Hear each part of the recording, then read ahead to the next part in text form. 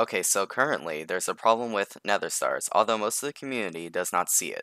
So here's the problem. Alright, so we have mid, red team and blue team.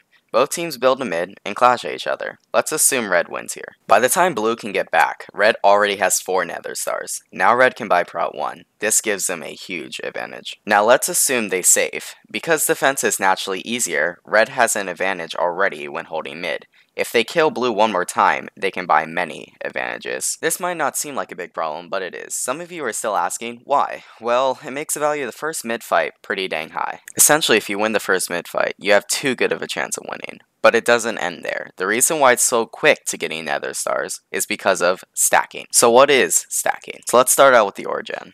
Let's add 2 Steves. The way that the game works is every time an ore spawn comes up, everyone on the ore generator gets their own respective amount of ores. So if 2 people are on the gen, that means the team gets 2 Nether Stars per spawn. It's literally like, I get a Nether Star, you get a Nether Star, we all get Nether Stars. Basically with little skill of teamwork, you can combine your stars and buy things, while the other teams are getting absolutely 0. Now some are saying, but I have mid, it's fair. No, rewind about a minute 20 if you're still saying that. Now this could be fair if the team that had mid did not get an excessive amount of Nether Stars compared to the other teams that are getting none.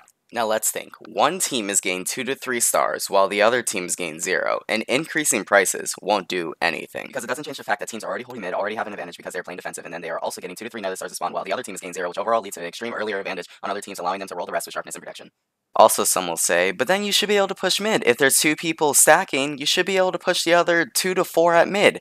Well, yes and no. Technically, yes, that could work, but it's really easy to hold, even with those 2 to 4 people. It's because we still have those red jerseys, and with Archer and Frosting, you can knock people off as you please. And yes, builders can help with platforms, but going back to what I said before, by the time you get to mid, they can buy prot, which means it's that much harder to even contest those 2 to 4 people. And if Stophead is saying, just combo them, ignore him, please. So, what will changing the system do? It would allow teams that don't have mid off the start to have a chance to make another decent push. Because if you are just throwing yourself in there after you lose, the team with mid are stacking bricks and Nether Stars, which ultimately means that you shouldn't even attempt to go to mid after you lose. Probably try to get armor, but by then, the other team has resource gen, protection, or sharpness, are all freaking free. Also, there would actually be strategies.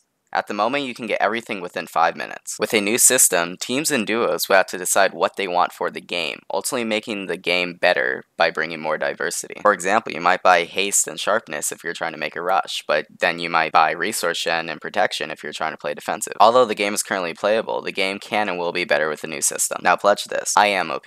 I want to stay OP. But I will do what is best for the game. Note, this is a GI change. Stop blaming CWCL because I ask you guys for feedback. CWCL does not make decisions.